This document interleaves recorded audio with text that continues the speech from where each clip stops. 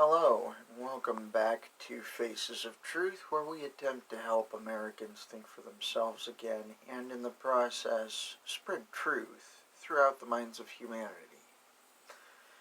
My name's Alexander McCauley. For the next few minutes, I'd like to address a topic which will open up the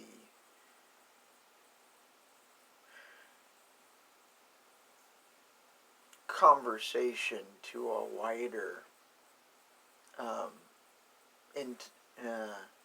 intellectual exploration of topics that have not yet been discussed in major scientific circles, but are being discussed at the period among those who have observed certain phenomena that are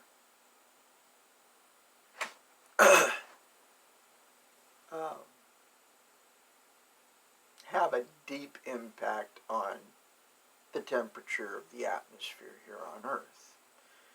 Now, I will only be introducing some of these principles this episode, so I will get into deeper detail in my the Dynamic Cosmos series, which has not begun production yet. But, that being said,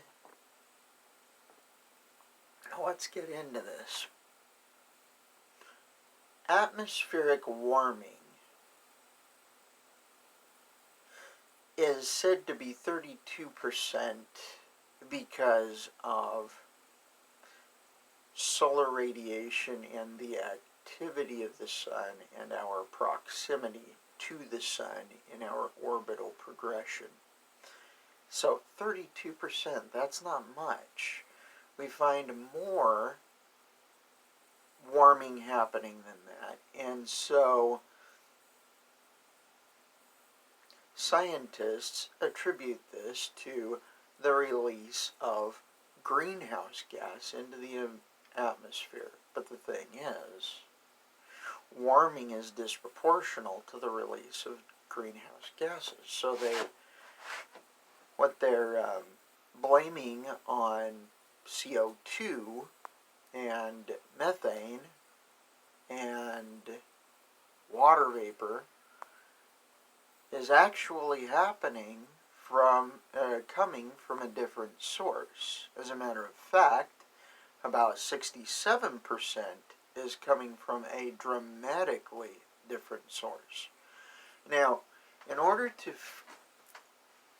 share this information, tell you what the source is, I'm going to have to show you how heat is usually generated in a natural sense. If you rub your hands together, you'll find that under pressure, you'll find that your hands heat up. This is how we keep our appendages from freezing during cold days. Now, this happens on Earth too. We hear about our plates and tectonic activity, etc., but we don't know what actually causes it.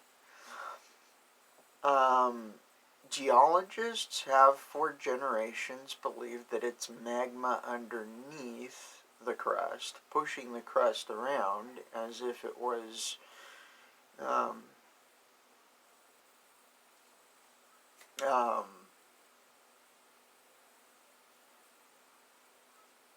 floating on a sea of molten lava. Whereas we find that the fault scarps are actually moving because of a phenomenon called earth tide. We know that the tides come in because the moon is pulling the sea up towards it. Now the thing is, the same thing happens on land. Land is pulled up toward the moon as well, pulled up toward the moon and toward the sun and the moon when they line up. These are extremely high tides. But what we see is when tidal action pulls one plate against another plate, you're literally finding a vertical action that causes friction between the fault scarps, or the seams between the two plates. So as the moon passes over from one plate to another, the plate rises and then falls, and then the next plate starts to rise. So this produces a vast amount of heat in the scarp. This produces volcanism, piezoelectrical flow through the crust of the earth, because the crust is majorly made out of quartz, a basaltic mineral,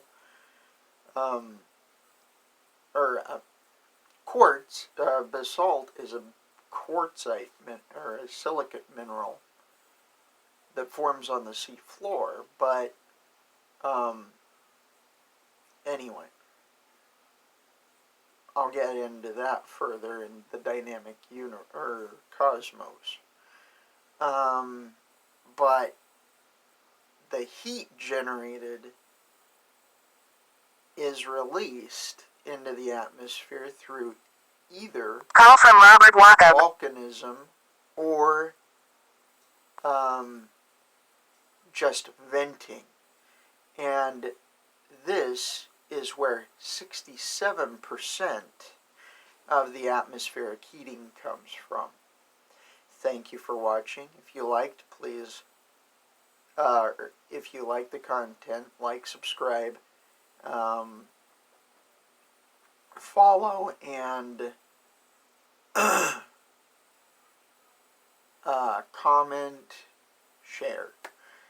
Thank you for watching. This has been Faces of Truth Live, where we attempt to help Americans think for themselves again, and in the process, plant the seeds of truth throughout the minds of humanity. Stay free, and we'll see you next time.